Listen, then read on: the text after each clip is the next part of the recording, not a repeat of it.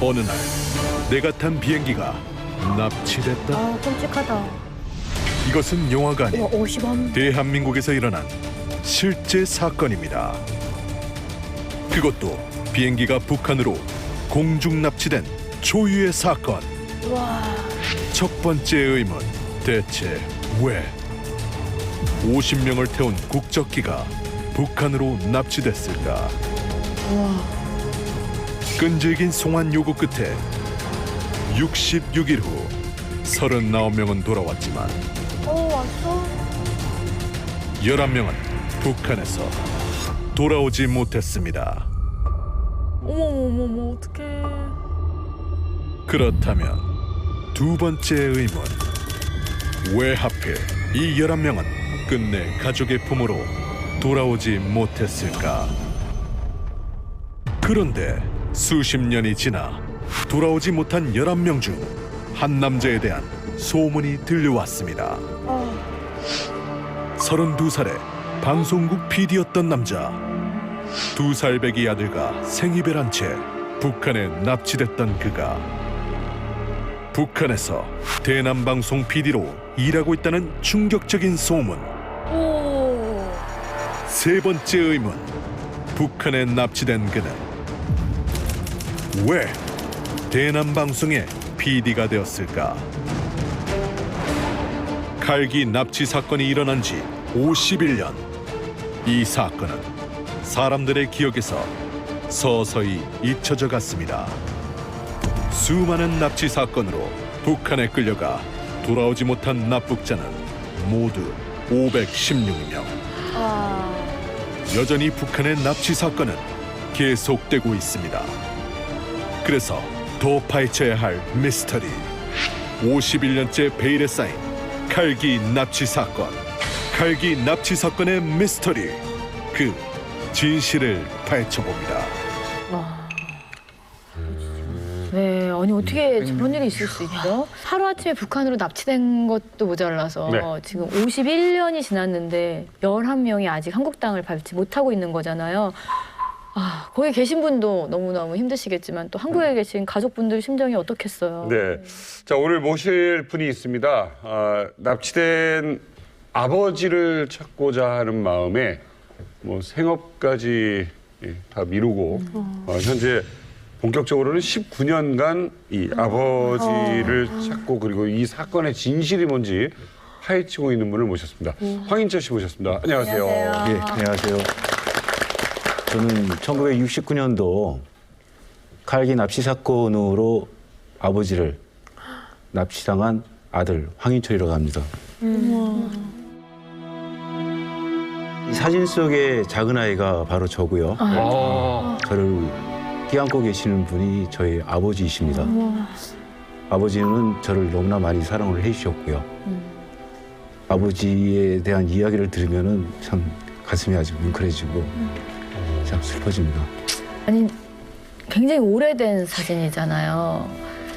그 사진 한 장밖에 갖고 있지 않다고 저는 들었어요. 유일하게 제가 아버지를 기억할 수 있는, 그리고 내가 아버지가 계시구나 했던 어떤 그 기억적인 증거 자료죠.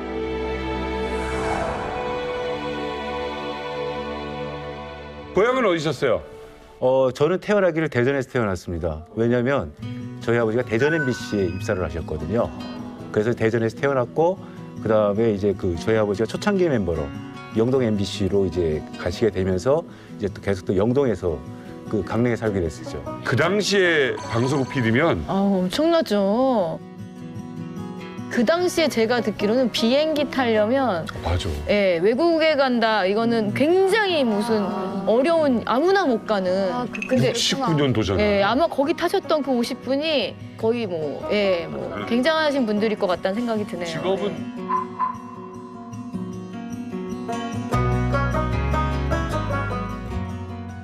옆에 있는 자료가 뭡니까? 이 자료는 굉장히 저한테 굉장히 중요한 자료고, 제가 한 19년 동안 이제 활동하면서 이제 알게 된.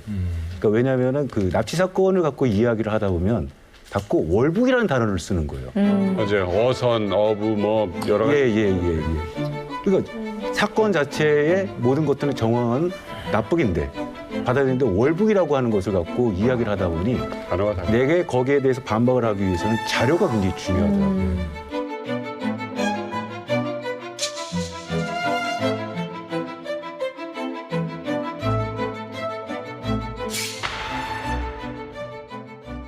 당시 저희 아버지가 출장을 가기 위해서 비행기를 탑승하셨고 그것도 이제 상사를 대신해서 이제 출장하시게 됐고 그래서 이제 한 가지씩 이제 찾다 보니까 그 강릉 MBC 30년사인데 이 안에 보면은 그 이라고 하시는 분이 당시 보도부장을 이제 겸하고 있었는데 이 회고록에 보게 되면은 이분을 대신해 가지고 저희 아버지가 비행기를 타시게 됐던 거였습니다. 아, 이게 운명이 바뀌었네요. 저한테 굉장히 중요한 자료죠. 뭐냐면 저희 아버지가 납북을 당한 거였지 아버지가 북이 좋아서 그러네. 북에 머무는 것이 아니다라고 예. 하는 사실 증거 자료가 됩니다. 이 자료는 당시 비행기가 납치가 된 후 그 대한적 시사사가 그 국제사회를 통해 가지고 구명 활동을 할 때 있었던 그 자료가 되고요.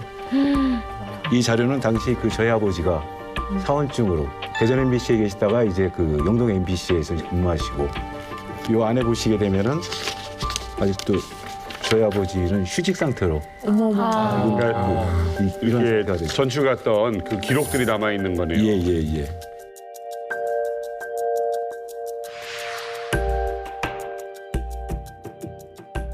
근데 진짜 이게 참 이 사건 같은 경우는 더더욱 50명이 납치를 당했는데 일부만 돌아왔으니 남아있는 사람은 본인 의지가 아니냐는 오해도 받을 수 있고 정말로 월북 얘기를 들을 수도 있는 억울한 진짜 상황이 될 수도 있으셨겠어요. 그래서 이렇게 모으신 것 너무 같아요, 저 자료들을. 예, 그러니까 제가 접근할 수 있는 거는 그 누구도 네, 의혹을 가질 수 없는 자료를 통해 가지고 네, 당시 사건으로 네. 그 진입을 하게 됐습니다. 그렇지. 그러니까 저의 생활은 억울하다. 69년도, 70년도 당시 39명이 돌아오고 11명이 못 돌아왔던 네. 그 시기에 거의 한 50년 동안 멈춰 있다고 보면 되는 거예요. 아, 너무 힘드셨겠어요.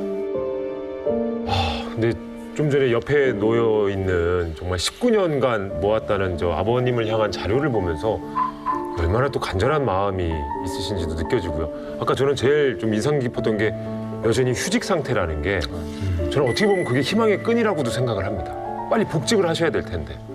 예.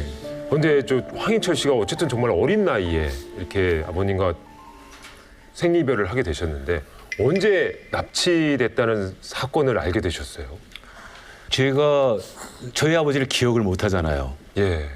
그러니까 저는 이제 들은 이야기를 통해 가지고 저희 아버지를 상상할 수밖에 없었습니다.